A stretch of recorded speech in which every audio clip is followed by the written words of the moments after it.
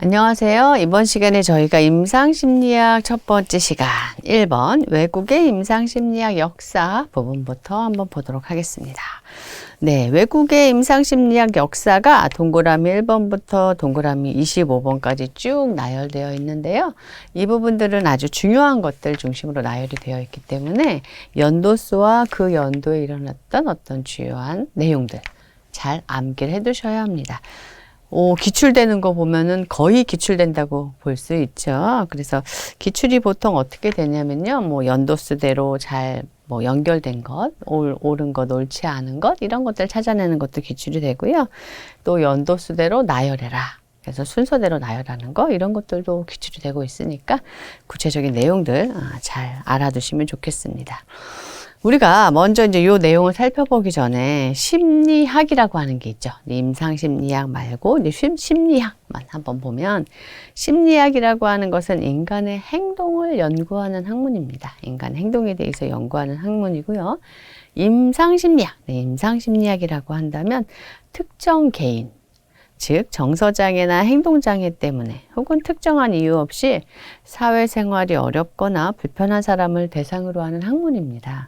그래서 개인이 살아가면서 경험하게 되는 다양한 적응 문제, 정신장애, 행동장애 이런 정신건강과 관련된 연구를 수행하는 심리학 분야가 임상심리학입니다. 그렇기 때문에 임상심리학자는 행동장애의 원인을 진단해야 되겠죠. 또 치료해야 되겠죠. 그리고 효율적인 어떤 사회생활을 할 수 있도록 돕고 조언하고 그래서 평가하고 연구하고 치료하는 이런 어떤 역할을 하는 게 임상심리학자입니다. 그래서 기본적인 이런 개요를 가지고 이 내용은 이제 계속 나올 건데 이런 개요를 가지고 우리 임상심리학의 어떤 역사 외국의 역사부터 한번 살펴보도록 하겠습니다. 동그라미 1번에 보시면 1879년 분트가 독일 라이프치 심리학 연구를 위해서 실험실을 개설했다. 이게 지금 상당히 중요한 내용이에요. 1879년도. 이 연도수도 거의 나옵니다. 1879년도 분트.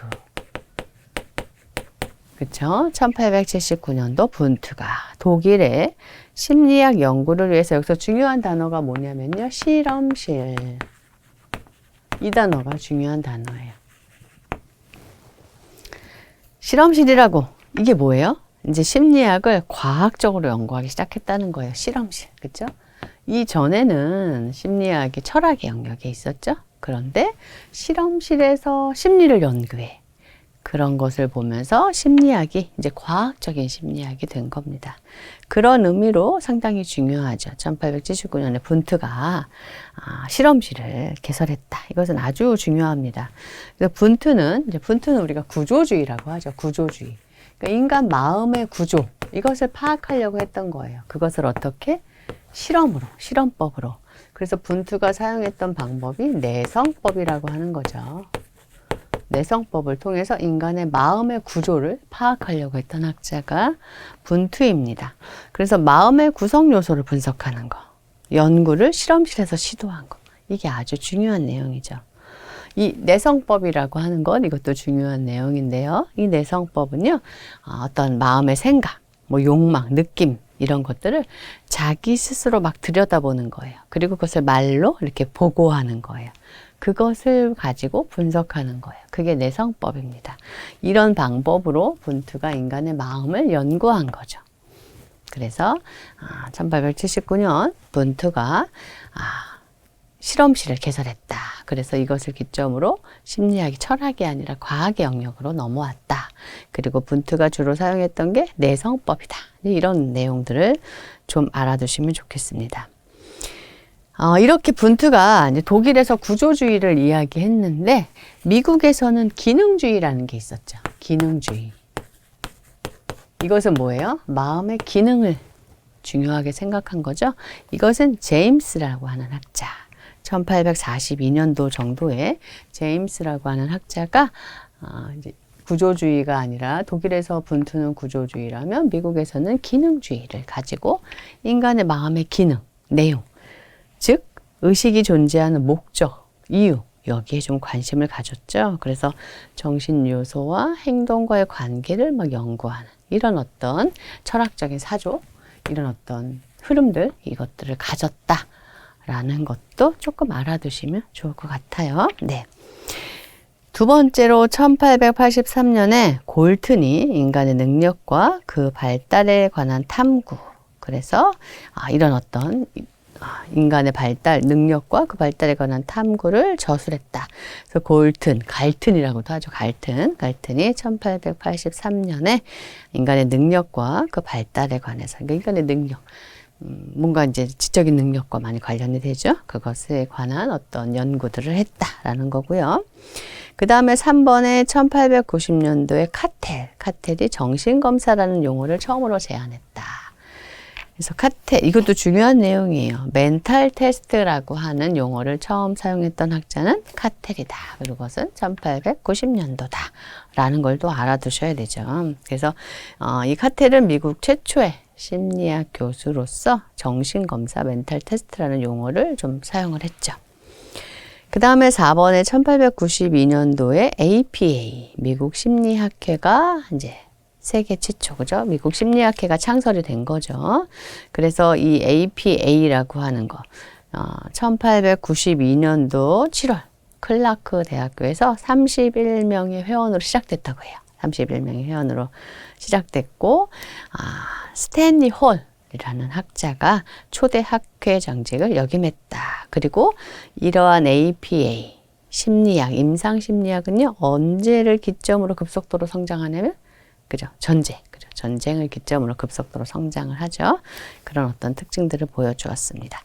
그 다음에 1896년도, 이것도 아주 중요해요. 지금 뭐 다 중요한데, 동그라미 1번, 그 다음에 동그라미 3번, 그 다음에 동그라미 5번. 이런 것들은 반드시 알아두셔야 되는 거예요. 1896년에 위트머가 펜실베니아 대학교에서 세계 최초의 심리진료소를 개설했다. 이것도 상당히 중요한 얘기죠. 여기서 중요한 거는 뭐냐면 세계 최초의 심리진료소. 심리진료소라고 하는 것은 클리닉이잖아요. 클리닉. 그래서 뭐 어떤 지금 뭐 쉽게 얘기하면 어떤 상담센터, 치료를 위한 센터를 개설했다. 이런 이야기입니다. 그래서 심리진료소를 개설했다. 특히 이제 위트머는요, 아동 학습 문제 치료를 좀 중점을 두었어요. 그래서 학습장애, 행동장애, 이런 장애가 있는 아동을 위한 어떤 심리 진료소를 개설했다라는 걸 알아두시면 좋겠습니다. 그 다음에 중요한 거 6번, 1903년도, 이건 또 많이 아시죠? 비네가 어떤 지능의 실험적 연구를 발표했고요.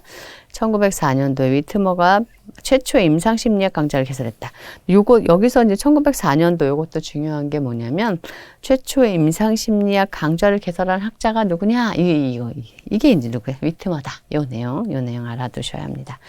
그리고 이제 중요한 내용이 8번. 1905년도, 이거 연도수까지 꼭 알아두셔야 되는 거. 세계 최초의 지능검사라고 불리는 비네 시몬 검사가 개발된 게 1905년도죠. 그래서 비네가 시몬과 함께 초등학교 입학 시 정신박애가를 식별하기 위한 검사법, 비네 시몬법을 개발했다. 정부에서 요청이 들어왔죠. 초등교육과정을 만들려고 하는데 이제 그것을 선별을 좀 해야 되는 거죠. 그 교육을 받을 수 있는 대상과 받을 수 없는 대상을 좀 식별해야 되는, 변별해야 되는 검사 도구가 좀 필요했던 거예요. 그래서 비네한테 그것을 의뢰했고, 비네가 시몬과 함께 비네 시몬 검사를 개발했는데, 이게 최초의 지능검사다라고 이제 불리게 되는 거죠. 그게 1905년도입니다. 1907년도에는 임상심리학 학술지, 그래서 최초의 학술지가 간행됐고, 그 다음에 10번, 이것도 또 중요한 내용이죠. 10번에 터만이 비네 시몬 검사를 발전시켜서 지능검사 도구인 스탠포드 비네 검사를 개발했다. 그죠? 비네 시몬 검사를 발전시켜서 스탠포드 비네 검사를 만든 거 1916년이다. 그리고 1917년도 1차 세계대전이죠. 그때 집단 심리검사 도구인 군대 알파, 그러니까 아미 알파, 아미 베타가 개발이 됐습니다. 이것도 이제 중요한 이야기인데 1차 세계대전이 일어나면서 이제 군인들이 왔을 때 군인들을 이렇게 막 배치를 시켜야 되잖아요. 그러려면 집단용으로 검사를 빨리 실시해서 이제 막 이렇게 변별해서, 선별해서 이렇게 배치를 좀 해야 되는 거죠. 그러니까 집단용 검사가 필요했던 거예요. 그래서 이때 1917년도에 집단용 지능 검사죠. 아미알파, 아미베타. 아미알파는 언어로 된 거고요. 아미베타는 그것을 비언어로 하는 거죠. 그래서 뭐 외국인, 그죠? 영어권이 아닌 어떤 외국인들을 위해서 사용한 문맹자를 위해서 검사할 수 있는 걸로 이제 아미베타 이것이 개발이 된 거죠. 이게 1917년. 그리고 1921년도에 로샤 검사 개발됐고, 이 연도수는 우리가 심리검사 과목에서도 아마 들어보셨을 거예요. 21년도에 로샤 검사가 개발이 됐고요. 그 다음에 27년도에 프레스가 하버드 심리진료소를 개설했다. 그리고 14번 TAT, 그죠? 1935년이다. 이것도 알아두셔야 되죠. 그리고 15번에 39년에 웩슬러 밸류뷰. 그러니까 웩슬러가 성인용 지능 척도를 개발을 한 거죠. 비네가 개발한 비네 시몬 검사나 이런 것들이 아동을 대상으로, 왜냐하면 정신 연령이라고 하는 것을 쓰기 때문에 그 이상의 성인에게는 적용하기가 어려워서 이제 웩슬러가 개발한 요 웩슬러 지능 검사, 웩슬러 밸류뷰는 성인도 측정할 수 있는 성인용 지능 척도였죠. 그게 1939년도다. 요 연도수 알아두시면 좋겠습니다. 그리고 그 유명한 43년, 1943년도에 뭐예요? MMPI. 이것도 뭐 중요한 내용이죠. 1943년도에 MMPI. 그리고 46년도에 미국 제양군인회와 공중위생국에 의한 심리훈련 프로그램이 도입이 되었고, 46년도 가서 라파포트, 길, 세퍼가 심리검사에 의해서 측정되는 특정 심리 기능을 구체화했다. 진단적 심리검사를 저술했다. 48년에 WHO 설립됐고, 49년에 우리 카테레, 그죠? 16성격 요인 검사 개발됐죠? 그리고 21번 중요하죠. 웩슬러 성인용 지능 검사 웨이즈가 표준화되었다. 55년도에. 57년도에 MBTI. 63년도에 가서 우리가 미국의 케네디 대통령이 지역사회 정신건강법. 그러니까 케네디 대통령이 지역사회 정신건강법을 제정을 한 거죠. 그래서 이 지역사회 정신건강법이라고 하는 것은 정신병원 중심으로 정신장애가 있는 사람들을 이렇게 치료했는데, 그게 아니라 뭐예요? 정신병원 중심에서 지역사회 중심으로 바꾼 거죠. 그게 지역사회 정신건강법입니다. 그래서 지역사회 정신건강 증진센터를 중심으로 이렇게 어떤 치료, 개입 이런 것들을 한 거, 예방 이렇게 한 게 이제 지역사회 정신건강법입니다. 이 지역사회 정신건강법과 관련해서는 또 뒤에 다루게 됩니다. 73년도에 심리학 박사학위가 이제 인정이 됐고요. 74년도에 엑스너가 로샤 종합 채점 체계를 고안했죠. 그걸 바탕으로 현재 이제 로샤가 채점되고 있죠. 이렇게 연도수 알아두셔야 돼요. 꼭 알아두셔야 되는 거. 동그라미 1번. 그 다음에 동그라미 3번. 동그라미 그 다음에 5번. 그죠? 5번. 이거 아주 중요하죠. 1896년 중요하고, 그 다음에 8번에 1909년도 아주 중요합니다. 그 다음에 10번 1916년도 중요하고요. 11번 1917년도. 그죠? 군 아미알파, 아미베타. 그 다음에 21년도 35년도. 중요하죠? 39년도. 중요하고, 43년도는 뭐 너무 중요한 거예요. MMPI는요. 그 다음에 우리가 21번에서 20번 1949년도에 16성격 요인 검사, 21번에 55년도에 웨이즈 나왔다. 57년도에 MBTI, 그 다음에 25번에 74년도에 엑스너의 로샤 종합 채점 체계. 이렇게 제가 뭐 다 중요하지만 지금 말씀드린 건 꼭 아셔야 되는 내용들입니다. 핵심 예제 1번 한번 보면요. 최초로 임상심리학이라는 용어를 사용했고, 최초로 심리진료소를 개설한 임상심리학의 원조 누구예요? 2번에 위트머. 위트머는 정말 시험이 많이 나와요. 위트머와 관련돼서 잘 알아두시면 되겠습니다. 답은 2번이 되겠습니다. 그 다음 2번 우리나라의 임상심리학 역사를 한번 보도록 할게요. 이렇게 보면요. 이제 외국의 임상심리학 역사는 기출이 참 많이 돼요. 많이 되고 있는데, 우리나라 임상심리학 역사는 기출이 몇 번 되지 않았어요. 그래서 이제 많이 되진 않았지만 그래서 한번 보도록 할게요. 우리나라 임상심리학은 전문 학회를 바탕으로 출발하고 성장했죠. 지금도 뭐 우리나라의 그 상담 쪽은 그 전문 학회들이 있죠. 뭐 유명한 학회들, 그 학회들 중심으로 좀 발전이 되고 있죠. 이렇게 되고 있는 상황 한번 볼게요. 첫 번째, 여명기라고 하는 게 45년도까지다. 그래서 서구학문의 유입에 따라서 심리학이 도입되었다. 이때 박사가 좀 배출이 됐어요. 그 다음에 태동기라고 하면 여명기, 태동기, 개척기, 정착기, 발전기 요 내용들은 좀 알아두셔야 돼요. 그래서 태동기는 46년도에서 60년도다. 46년도에 심리학회가 창설이 된 거죠. 이게 한국심리학회로 이제 나중에 개칭이 됐고, 그래서 46년도, 48년도에 재미교포 심리학자 염광섭, 그죠? 미국의 임상심리학자 존스, 임상심리학이 소개되었다. 46년도에 이때 심리학과가 이제 서울대학교에서 개설이 됐다라는 거죠. 그리고 성균관대학교에 임상심리학 강의가 개설됐다. 개척기는 61년도에서 73년도라고 보는데 64년도에 한국심리학회사나 임상심리 분과회가 설립이 되었고 67년도에 학술지 임상심리학부가 간행이 되었고 72년도에 고려대 박사과정 이런 것들이 이제 생겼다. 정착기는 언제로 보느냐? 74년도에서 86년도로 본다. 그래서 75년도에 수련과정이 개설이 됐고 81년도에는 3년제 임상심리 연수원이 개설되었다. 발전기는 87년도 이후. 발전기를 언제부터 본다고요? 87년도 이후부터입니다. 그죠? 이후부터 보는데 87년도에 임상심리학회가 한국심리학회로 독립이 됐고 97년도 이게 또 되게 중요한 연도수죠. 97년도에 정신보건법 발효. 그래서 보건복지부의 국가자격 뭐가 있어요?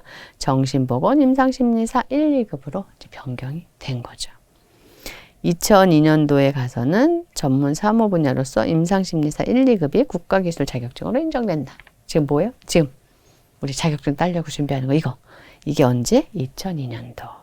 97년도에는 보건복지부의 국가 자격으로 정신보건 임상심리사 이게 있었던 거죠. 이렇게 이제 우리나라 임상심리학 역사는 이렇게 정리를 해볼 수 있고 생각보다 이제 많이 기출이 안 됐고요. 이 핵심 예제 2번 이런 정도의 기출이 한번 된 적이 있습니다. 한번 보도록 할게요. 핵심 예제 2번 우리나라 임상심리학 역사에 관한 설명으로 옳지 않은 것은 8.15 광복 이후 미국 임상심리학자에 의해서 우리나라에 소개되었고 2번 87년 정신보건법이 발효되면서 정신보건 임상심리사 자격이 신설되었다. 정신보건법 발효와 함께 보건복지부의 국가 정신보건 임상심리사 1, 2급으로 변경된 것이 87년도가 아니라 언제라고 그랬죠? 97년도였죠. 97년도. 그래서 2번이 잘못됐죠. 이렇게 나오면 많이 헷갈리시겠죠. 그렇죠? 그래서 이 내용들 이렇게 한번 나온 적이 있다. 정리를 해보세요. 3번에 71년도에 한국심리학회에서 이렇게 자격 규정을 공표했고 4번 우리나라에서 임상심리학자가 정신병원에서 전일제로 활동하기 시작한 것은 60년대부터이다. 이렇게 정리해 볼 수 있겠습니다. 그 다음에 3번 임상심리학자의 역할 한번 보도록 할게요. 여기는 꾸준히 좀 잘 기출이 되는 영역입니다. 크게 한번 보면 진단과 평가, 치료, 이제 임상심리학자가 참 많은 일을 해요. 진단도 하죠. 그죠? 진단도 하려면 이제 평가도 하게 되는 거죠. 진단, 평가. 치료, 심리 재활, 교육도 하고요. 자문도 하고요. 행정적인 것도 하고 연구도 진행을 합니다. 그래서 이것과 관련된 어떤 과학자 전문가 모델, 임상심리학과 관련된 어떤 이런 모델들도 좀 제시되고 있는데요. 자, 먼저 한번 볼게요. 1번 임상심리학자의 역할입니다. 크게 진단과 평가. 내담자의 심리적, 사회적 문제를 파악하고 내담자의 기능, 능력의 한계를 관찰하고 검토한다. 그래서 내담자가 지금 어떤 상황에 있는지 진단하고, 그죠? 평가를 한 다음에 진단을 하겠죠. 그래서 이런 진단과 평가가 같이 잘 이루어지는데 이게 임상심리학자가 해야 되는 역할이죠. 그래서 임상심리학자들이 이런 어떤 심리 평가를 할 수 있는 자격이 주어지잖아요. 그것이 이제 임상심리학자의 역할입니다. 두 번째로 치료도 합니다. 그래서 내담자의 심리적 문제를 해결하고 원만한 가정생활과 사회생활을 영위하도록 하고 대인관계 유지, 개선을 위해서 내담자와 함께 노력한다. 그래서 치료도 진행을 하는 거예요. 평가도 하고 평가를 바탕으로 진단도 해요. 그리고 내담자의 어떤 문제들, 환자의 문제들을 치료를 진행하는 게 임상심리학자의 역할이죠. 그 다음에 재활도 해줍니다. 신체 장애인 및 정신질환자를 비롯하여 그 가족을 대상으로 다양한 교육, 훈련, 상담 지원 서비스 등을 제공해서 그들의 사회 복귀를 촉진하는 역할을 하는 게 또 임상심리학자의 역할입니다. 그 다음에 교육과 훈련, 그죠? 교육과 훈련도 하고 심리재활, 이거 한데 묶을 수 있겠죠? 교육 및 훈련도 해요. 그래서 임상심리학, 이상심리학, 지역사회 심리학 등의 과학적인 학문을 비롯해서 상담 및 치료, 심리검사, 행동수정 등에 대한 교육과 훈련을 실시한다. 그렇기 때문에 이 임상심리학 과목에서 이걸 다 다뤄요. 상담하는 방법, 치료하는 방법, 뭐 심리검사와 관련된 내용들, 행동수정하기 위한 어떤 치료법 이런 것들을 다 임상심리학 이 과목에서도 다루고 임상심리학 2급 필기 과목들 있죠. 그 과목들에서 그래서 이런 내용들을 다 다루게 되는 겁니다. 그다음에 자문도 하죠. 자문은 외부 기관이 무언가를 요청했을 때 이제 하게 되는 거죠. 그래서 평가 치료보다는 의견을 제시하는 거예요. 자문은. 그래서 중앙정부나 지방자치단체, 교육기관, 정신건강 관련 단체 등에 종사하는 자의 자문 요청에 응하는 거예요. 정신건강과 관련된 제 문제를 해결하고 정책을 수립하는 데 조력한다. 그래서 어떤 자문 요청이 들어올 때 그런 것들을 해주는 역할들을 하고요. 행정도 하겠죠. 행정과 지도, 대인관계 기술, 집단협동에 대한 지식을 토대로 관련 업무를 수행하는 것은 물론 기관 간 업무 분담 및 협력을 위해서 힘쓰고 지도력을 발휘한다. 연구도 해야 됩니다. 네, 할 일이 참 많습니다. 임상심리학자들이 진단평가, 치료, 재활, 교육훈련, 자문, 행정지도, 연구 이 모든 역할들을 감당한다 라고 정리하시면 좋겠습니다. 2번 과학자 전문가 모델이 있어요. 임상과학자 전문가 모델. 이게 중요하게 기출이 많이 되고 있어요. 임상심리학자가 과학자이면서 전문가여야 된다는 얘기예요. 이것은 임상심리학자가 과학자이면서도 전문가여야 된다. 그래서 과학자 전문가 모델이 제시가 되고 있는 겁니다. 이것은 임상심리학자들이 수련하는 모델이죠. 그래서 임상심리학자들이 과학자로서도 수련을 해야 되고 전문가가 되기 위해서도 수련을 해야 돼요. 그것을 하라고 제시하고 있는 게 과학자 전문가 모델입니다. 그래서 이 전문가, 과학자 전문가, 이 전문가라고 하는 단어는 뭐 임상가라고도 해요. 임상가. 그래서 과학자 임상가 모델, 과학자 전문가 모델 이렇게 얘기가 되는 겁니다.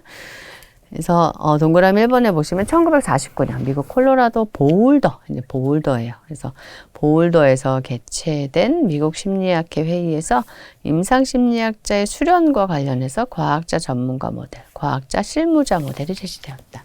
과학자 전문가, 과학자 실무자, 그죠? 과학자 또 임상가 다 같은 이야기예요. 그러니까 과학자로서의 어떤 역할도 수련해야 되고 과학자가 되기 위해서 전문가가 되기 위해서도 어떤 수련을 해야 된다. 이것을 제시하고 있는 거죠. 이게 1949년 보울더. 이것도 중요한 내용입니다. 2번 일명 보울더 모델이라고 한다. 그래서 이것을 뭐라 그래요? 보울더 모델이라고 한다. 연도수는 1949년도다. 이것까지도 다 알아두셔야 되죠. 그래서 동그라미 2번 다시 보시면 일명 보울더 모델이라고 하며 임상심리학자의 수련, 학자 간 관계 형성을 통한 진단평가 연구 치료에 중점을 둔 심리학적 영역이 부각되었다. 3번 기본적으로 과학과 임상실습의 통합적 접근을 통해서 임상심리학자가 과학자이자 서비스 제공자로서 역할을 동시에 수행할 것을 강조한다. 과학자여야 되고 이론에 대해서도 빠삭해야 되는 거예요. 연구도 진행할 줄 알아야 되는 거고요. 근데 또 뭐예요? 서비스를 제공하는 전문가예요. 치료를 직접 진행하는 거잖아요. 임상가잖아요. 그래서 과학자이자 서비스 제공자로서 역할을 동시에 수행할 것을 강조한다. 이에 관련해 대학원 과정에서 두 가지 역할에 대해서 결합을 주장하였다라는 겁니다. 그래서 심리학자에게 과학적인 연구와 전문가적인 실무 교육 프로그램을 함께 하도록 하는 수련 모델이 과학자 임상가 모델입니다. 동그라미 4번에 보시면 과학자와 전문가로서의 역할을 동시에 훈련함으로써 이론적, 학문적, 응용적, 임상적 역량을 강화한다. 이론적, 학문적은 뭐예요? 과학자죠. 학교에서 막 학위과정 배우고 막 공부하고 이런 거잖아요. 그죠? 이론적, 학문적. 응용적, 임상적은 뭐예요? 이거죠. 전문가. 그래서 이제 뭐 쉽게 예를 들면 선생님들이 이제 이 과학자로서의 어떤 역량을 개발하기 위해서 학교에서 공부도 하고 이런 이론적인 자격증을 따기 위해서 막 공부도 하죠. 그런데 또 전문가로서의 자질을 갖기 위해서 수련을 하시잖아요. 그렇죠? 뭐 몇 년 이상 수련을 해야 시험 볼 자격이 주어지기도 하고 그렇잖아요. 그런 것들을 제시하고 있는 거죠. 그래서 이론적, 학문적, 응용적, 임상적 역량을 강화할 수 있다. 5번 임상 장면에 적용 가능한 연구 방법론을 개발하고 그 기술과 기법에 능숙한 임상가가 되어야 된다. 여기도 지금 두 개로 딱 나눠졌죠. 임상 장면에 적용 가능한 연구 방법론을 개발한다. 과학자. 그 기술과 기법에 능숙한 임상가가 되어야 된다. 내가 그걸 치료적으로 활용할 수 있어야 된다. 전문가, 임상가가 되어야 된다. 6번 인간 행동을 이해하기 위해서 연구자로서 끊임없이 연구하는 동시 과학자. 전문가로서 그 과정을 통해서 발견한 지식을 인간 행동의 변화를 위해서 실천해야 된다. 임상가. 그죠? 7번 1차적으로는 과학자가 되어야 하고 이후에 임상가가 되어야 한다. 그러니까 뭐 어떤 시험을 보거나 임상심리사가 되려면 뭐 일정 기준의 어떤 이론적으로 내가 알아야 되는 학위 필요하잖아요. 그것은 이제 학위 과정으로 배우는 거죠. 그리고 전문가가 되기 위해서는 내가 수련을 뭐 1년 수련하거나 뭐 2년 수련을 하거나 그렇게 수련을 하게 되죠. 그래서 그런 것들이 이제 이렇게 제시되고 있는 과학자 임상가 모델의 기초한 세팅이다 라고 이제 보시면 좋겠습니다. 그래서 이것은 49년에 미국 볼더회의에서 결정이 된 거다. 이거 아주 중요한 내용이고요. 그래서 임상심리학자는 정신장애와 심리치료에 관한 새로운 사실을 발견하는 과학적인 연구를 진행함과 동시에 과학적인 지식을 현장에 적용하는 임상적 실무자로서 역할도 담당하게 된다. 그래서 우리가 1번에서 살펴봤던 임상심리학자의 역할 중에서 치료 역할이 있잖아요. 또는 교육이나 훈련, 내가 뭐 이렇게 받는 거, 이런 내용들도 있잖아요. 이런 것들이 다 필요한 것이 이제 이런 어떤 과학자 임상가 모델과만 연결된다라고 이제 볼 수가 있겠습니다. 이게 아주 중요한 내용이에요. 중요한 내용들 요거 좀 잘 알아두시면 좋겠습니다. 그 다음에 3번 정신건강 임상심리사의 업무 범위. 이것도 기출이 좀 되는데 어떻게 기출이 되냐면요. 정신건강 전문 요원은요. 크게 정신건강 임상심리사, 정신건강 간호사 및 정신건강 사회복지사 이렇게 나눠져요. 정신건강 임상심리사, 정신건강 간호사, 정신건강 사회복지사 이렇게 나눠지죠.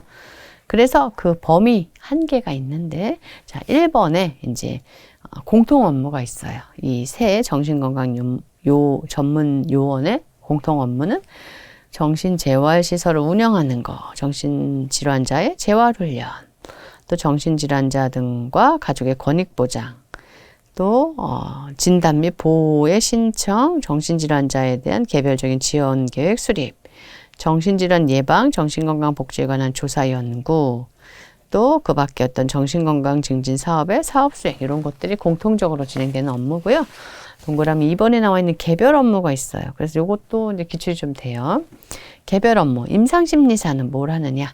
정신질환자 심리평가, 심리교육, 심리상담, 심리안정, 서비스 지원 요거죠. 이게 핵심이죠.